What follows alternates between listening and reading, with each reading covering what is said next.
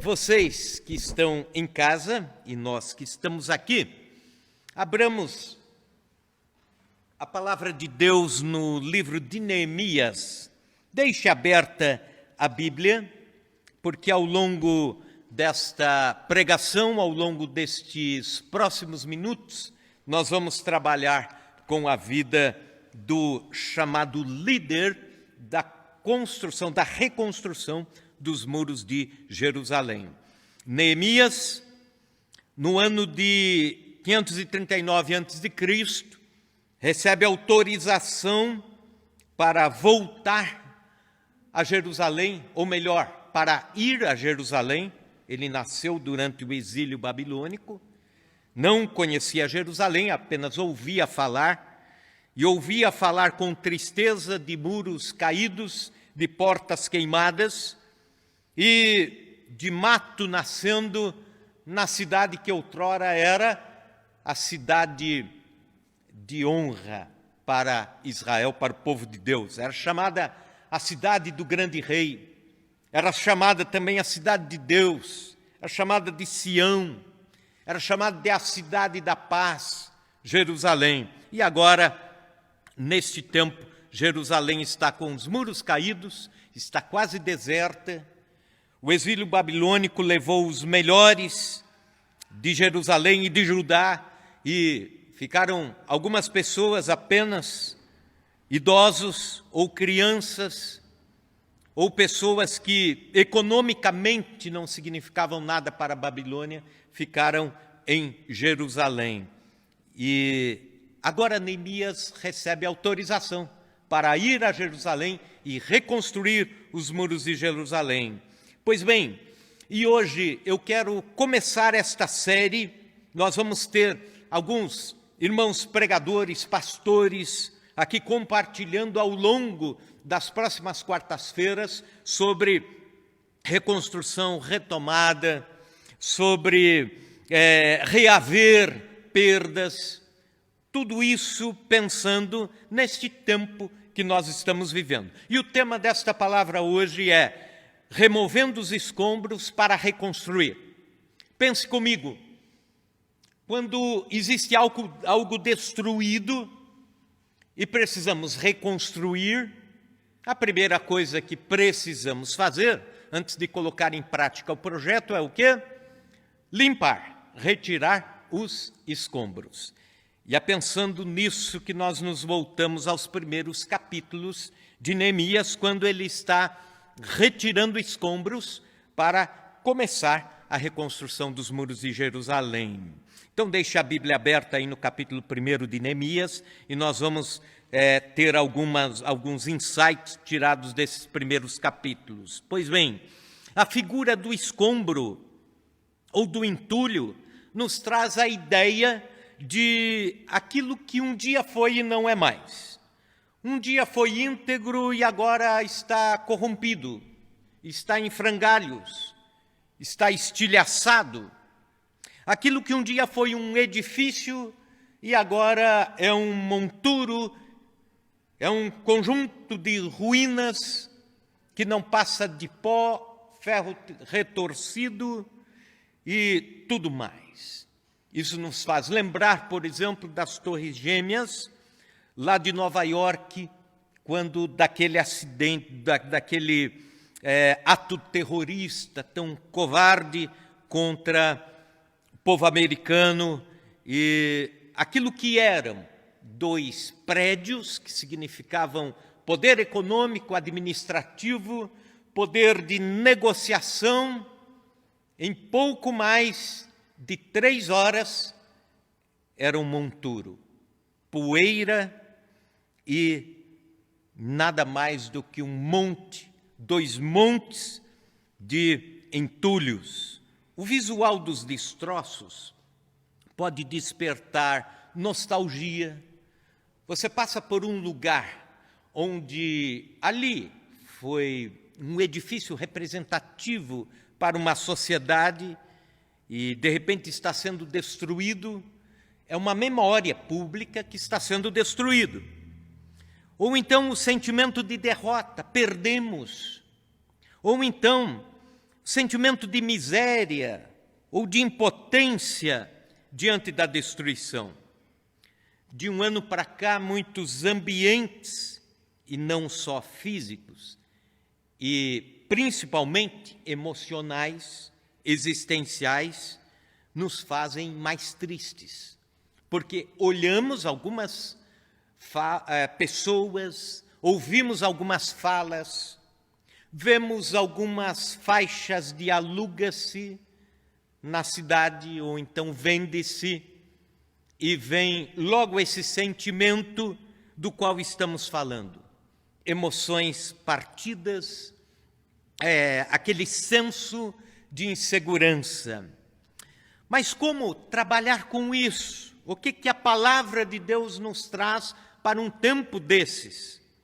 Pois bem, antes de começar, as luzes da esperança se acender para a reconstrução, nós devemos limpar esse terreno emocional, existencial, talvez até espiritual, para que fique-se um espaço aberto para os nossos projetos de reconstrução. Isso posso dizer da vida da igreja. Nós estamos, aliás, num período de conversar com os ministérios da igreja, com os irmãos da igreja, sobre como será este período de recomeço. E muitas coisas nós precisamos realmente fazer isso, tirar entulhos de tristeza das nossas memórias e começar as construções de esperança, de renovo, de confiança em Deus. Neemias, o homem da reconstrução, o líder da reconstrução, junto com o seu amigo Esdras, o escriba, agora nos ajudam a repensar nesse período como nós podemos tratar com os entulhos, como nós podemos administrar este espaço de entulhos emocionais, espirituais ou existenciais deste tempo, deste um ano que se acumula.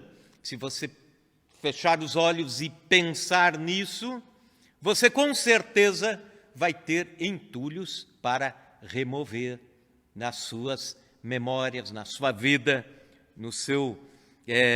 no que foi este período. Algumas orientações que temos aqui de Neemias. A primeira delas, não aceite a viver entre os escombros. Não aceite.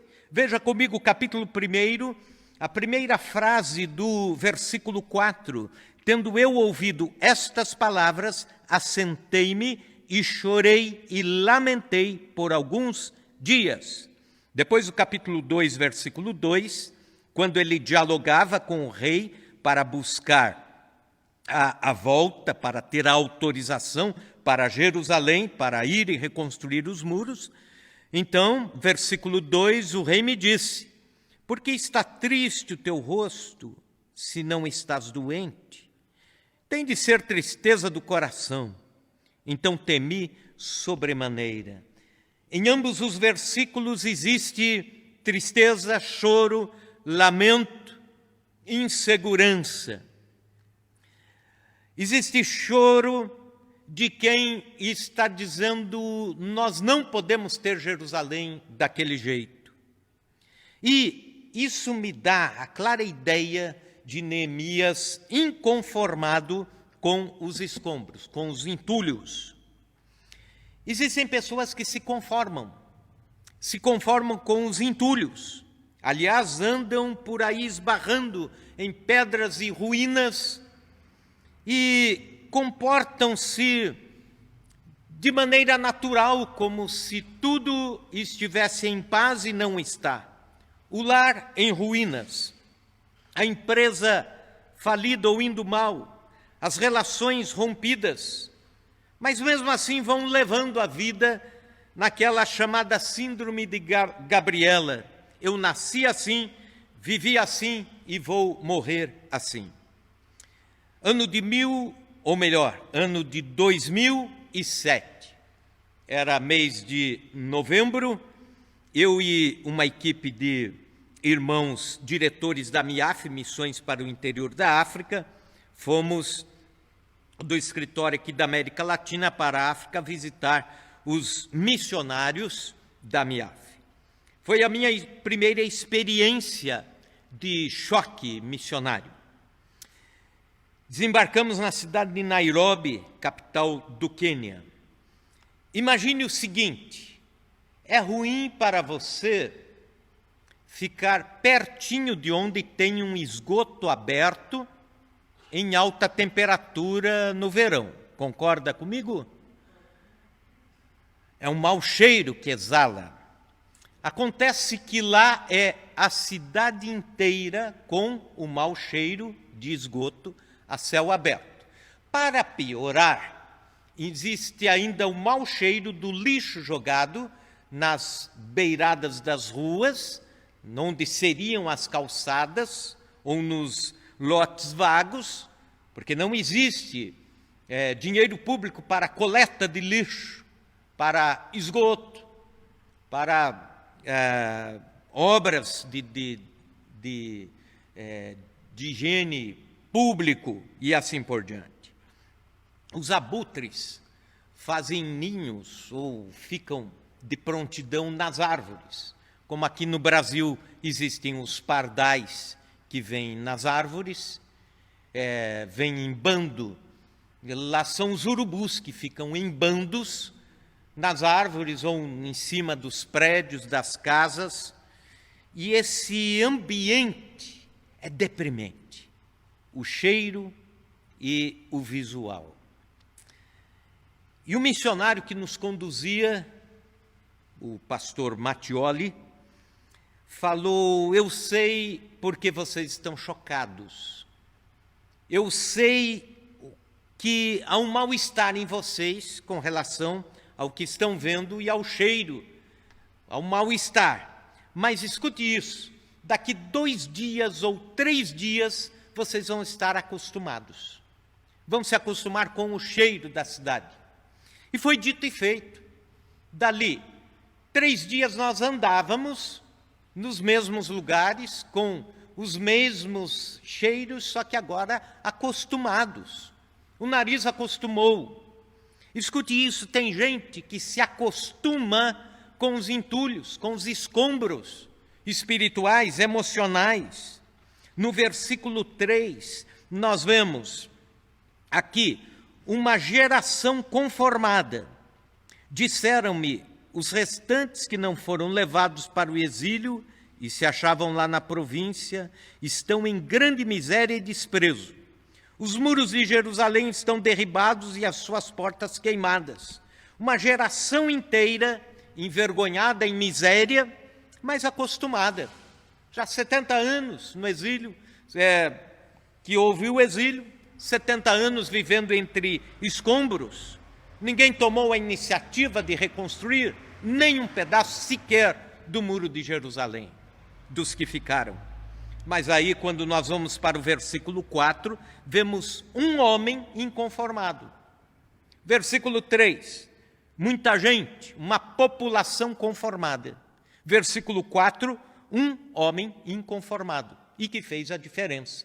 Neemias, inconformado com os escombros, fez a diferença. Era 7 de maio de 1945, quando a Alemanha assinou a rendição na Segunda Guerra Mundial. O Japão também havia perdido a guerra e talvez um dos países mais arrasados. Acabou a Segunda Guerra Mundial, o Japão se propôs a sair dos escombros. Não se conformou com os escombros. A geração pós-guerra se levantou. Em 30 anos trabalharam e reconstruíram uma nação. Em 30 anos reconstruíram a vida social, econômica, a tecnologia de ponta. Muito do que temos hoje no mundo, em termos de tecnologia, se deve a uma geração que não se conformou com os escombros. Não vamos viver com os escombros da Segunda Guerra Mundial. E o que eu quero te dizer, em primeiro lugar, primeira orientação, seja um inconformado com os entulhos, com os escombros. seja um incomodado, não aceite viver entre entulhos. Segunda orientação, saiba a quem ir quando não souber o que, por onde começar. Saiba a quem ir quando não souber por onde começar. Versículo 4, a última frase. Por alguns dias, e estive jejuando e orando perante o Deus dos céus. Neemias não sabia por onde começar. Se você está sozinho e vê uma cidade inteira destruída, concorde comigo, você não sabe por onde começar. Não adianta dizer, eu já sei, já tenho a receita. Não tem. Se Marília estiver destruída de um dia para o outro, e você tiver boa vontade para reconstruir, você não vai ter as fórmulas prontas. E assim Neemias orou, chorou, jejuou e buscou perante Deus soluções. Olha que coisa interessante. Uma cidade destruída, um único homem inconformado, ele ora, chora e busca a solução em Deus. Em Deus. Escute isso, você não precisa da maioria, você precisa de Deus. Você não precisa de uma cidade inteira a seu favor, você precisa de Deus. Tendo Deus, você tem a maioria. Tendo Deus, você tem o melhor, tem as soluções. Apenas o lamento em si, do versículo, da primeira parte do versículo 4, é a expressão da angústia pela perda, é o pessimismo pela vida, é o não saber o que fazer. No entanto, o versículo continua, dizendo que depois do lamento, do choro, vem o jejum e a oração. É o que nós estamos nos propondo a fazer. Amanhã, depois da manhã, irmãos no Brasil inteiro vão estar em oração, em jejum, pela nação, por um avivamento espiritual, pela igreja, por salvação de pessoas, pela saúde do nosso planeta. Oração e jejum são práticas que mudam a vida. Oração é o falar com Deus, o jejum é o buscar a Deus com urgência. Me perguntam constantemente se nós, os cristãos protestantes, cremos na graça e não no sacrifício. Por que então jejuamos? Não é uma boa pergunta? É uma boa pergunta. E a resposta é, não é porque nós sacrificamos. O jejum para nós é a ideia de renunciar àquilo que é material na urgência de buscar o espiritual. Aquele espaço do dia que você usava para a televisão, para a internet, para a comida, para a cozinha, para conversar, para jogar conversa fora, você vai estar investindo na comunhão com Deus. É a busca desesperada, no bom sentido, desesperada pela comunhão com Deus, a ponto de nada mais do material ser importante. E assim foi com Neemias. É expressão de fé, confiança em quem pode mudar o curso da história, Deus. É o choro direcionado para a fonte de recursos, o trono de Deus. Quando você não sabe por onde começar a remover os entulhos, então saiba de uma coisa, comece aos pés do Senhor Jesus. Você não sabe por onde começar, mas sabe a quem buscar, Deus.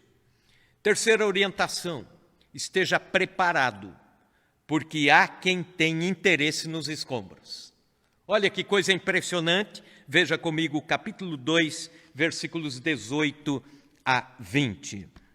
Você está removendo entulhos, você está preparando a sua pá para remover os entulhos e reconstruir, e o texto diz assim: e lhes declarei como a boa mão do Senhor meu Deus estivera comigo, e também as palavras que o rei me falara.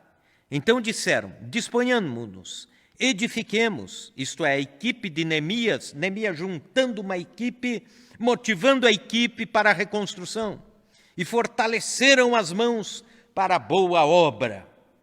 E aí, versículo 19. Porém, olha, sempre tem um porém nos projetos da nossa vida. Sempre tem um mas e uma vírgula. Porém, Sambalate, o horonita, Tobias, o servo amonita, e Gesem, o arábio, quando o souberam, zombaram de nós e nos desprezaram e disseram: que é isso que fazeis? Quereis rebelar-vos contra o rei? Então lhes respondi: o Deus do céu é quem nos dará bom êxito. Nós, seus servos, nos disporemos e reedificaremos. Vós, todavia, não tendes parte, nem direito, nem memorial em Jerusalém. Neemias inspecionou os muros caídos durante 3 dias. E ele fazia esse trabalho discretamente ao longo do dia, também ao longo da noite. Principalmente à noite. Ele pegava uma montaria, provavelmente um burrico ou um cavalo, e ia olhando os escombros e planejando, projetando uma reconstrução, sonhando com aquele espaço todo reconstruído. Juntou uma equipe durante esses 3 dias, viu nos escombros possibilidades, viu no meio dos entulhos a boa chance de reconstruir, motivou os companheiros, mas de repente existem 3 pessoas interessadas com que os muros continuem caídos, os escombros continuem lá, os entulhos continuem lá. Zombaram de Neemias, zombaram da sua equipe. Eram líderes, governavam entre os escombros. Sabe aquelas pessoas que agem não pensando na coletividade, no que é o geral. Agem pensando só no si, no próprio, naquilo que é seu, no melhor para si. Sabe aquelas pessoas que agem pensando: quanto pior estiver a situação, melhor vai ser para mim. Já viram gente assim? Ainda bem que em Marília não tem. Eu estou falando só de coisas que acontecem lá do outro lado do Oceano Atlântico. Quanto pior, melhor. A ruína de muitos significa o sucesso pessoal daquele. Isso me faz lembrar uma ilustração que nós temos no curso Aliança para Casais. Numa das lições, existe a figura do vendedor de armas. É o único que sai ganhando numa guerra. Porque pessoas morrem aqui e perdem aqui. Pessoas também morrem aqui e perdem aqui. E o vendedor incentiva a guerra porque ele precisa mostrar o seu portfólio, ele precisa mostrar as armas que ele vende, ele precisa do marketing da guerra para se promover, para ganhar em cima disso. Existem pessoas assim, existem seres assim. E eu diria o principal deles, o próprio Satanás. Ele tem interesse nos escombros. Ele reina no meio dos escombros. 4ª e última orientação: remova os entulhos, mas aproveite os fundamentos. Se você ler tarefa de casa, leia todo o capítulo 3. E você vai ver que os muros de Jerusalém, na sua maioria de metragem, foram reconstruídos em cima de bases que não foram mexidas. Eles reformam um pedaço, retocam outro pedaço, refazem outro, mas em cima dos mesmos fundamentos. Há partes de uma casa destruída que pode ser aproveitada. Você destrói uma casa, você pode aproveitar as madeiras. Você pode vender e fazer para quem faz móveis de madeira de destruição. Você pode vender algumas janelas de metal e e elas podem ser aproveitadas em outras casas, em outras construções e assim por diante. Cada equipe reparou uma parte, mas sobre os mesmos fundamentos. Aproveitaram alguma coisa que estava no meio dos entulhos. E eu quero com isso dizer que tudo aquilo que você imagina que é perda nesse tempo de Covid, nem tudo é perda. No meio disso, existem ganhos, existem orientações de Deus, existem pérolas no meio deste mar tão revolto, e que nós podemos achá-las, encontrá-las e levar para a nossa vida como testemunhos do cuidado de Deus. Ainda ontem encontrei o irmão da igreja que passou muito mal, talvez a pessoa que nós conhecemos aqui da comunidade que mais passou mal nesse tempo do Covid, o Carlos Fante. E foi uma luta realmente entre a vida e a morte.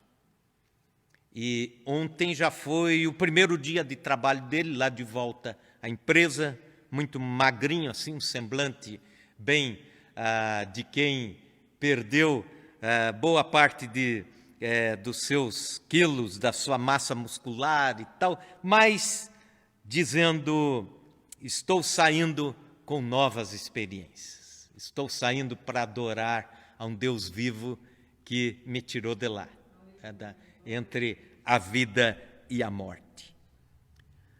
Nós podemos reconstruir em cima de fundamentos. Nem tudo que estamos passando a gente pode jogar fora e dizer é ruim, é ruim.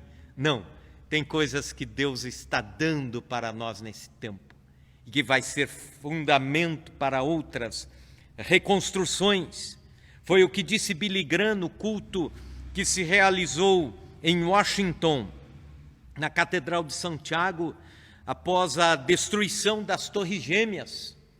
Volto a falar desse episódio do 11 de setembro lá de 2001. As torres caíram, disse ele na sua pregação, mas os fundamentos permanecem, e sobre estes fundamentos reconstruiremos a nossa nação. E eu quero fazer uma analogia para a nossa vida. O ano de 2020 levou muita coisa de nós, mas os fundamentos ficaram. E sobre eles nós vamos reconstruir. Aleluia, glória a Deus. Um casal, depois de 8 anos de separação, 8 anos de trocas de farpas, muita mágoa, muito ressentimento, cada qual já tinha inclusive suas experiências fora do casamento, já tinham encaminhado para o divórcio. 8 anos de entulhos. Mas, de repente, aprouve Deus chamá-los à reconstrução. E é interessante que eles reconstroem a vida, a mesma esposa, o mesmo esposo, a mesma casa, só que com atitudes mais maduras, posturas mais pensadas, os mesmos fundamentos. Quem sabe as paredes mudaram, a decoração mudou nesta vida, nessa estrutura imaginária, as cores mudaram, mas a mesma estrutura, os mesmos fundamentos. Sempre quando a vida chacoalhar e desmontar alguma coisa, pense nisso. Você tem fundamentos, você tem base, você pode reconstruir em cima destas bases. Quero convidá-los a ficar em pé nesta hora. Talvez você precise remover entulhos para um recomeço de vida, seja em algumas áreas que estão em ruínas. Quem sabe o casamento ruiu, ficaram os entulhos da mágoa, do ressentimento, da raiva, da decepção. Aliás, muitos casamentos ruíram. Ouvindo um terapeuta familiar, ele disse o seguinte: esse tempo de isolamento social serviu para fazer com que as coisas aparecessem do jeito que realmente são. As famílias que já estavam bem e com alguns sinais de unidade, de serviço um ao outro, de entendimento, ficando dentro de casa, se uniram mais. Se uniram mais. E alguns que já estavam balançando, relacionamentos que já não estavam bem, ficando dentro de casa, ficaram piores. O problema não foi a pandemia, o problema foi que algumas construções já estavam virando entulhos, já estavam ruindo. O empreendimento faliu com a pandemia, e aí vem os escombros, depressão, desesperança. Ou então outras áreas da vida foram abaladas e vêm os escombros. E Neemias, nesta noite, nos ensina a lidar com os escombros. Em primeiro lugar, não aceite viver entre os escombros. Segunda orientação, saiba a quem ir quando não souber por onde começar. Terceira, esteja preparado. Existem pessoas que têm interesses nos escombros. Quarto, remova os entulhos, mas aproveite os fundamentos. Que Deus nos ajude a lidar com os escombros e entulhos.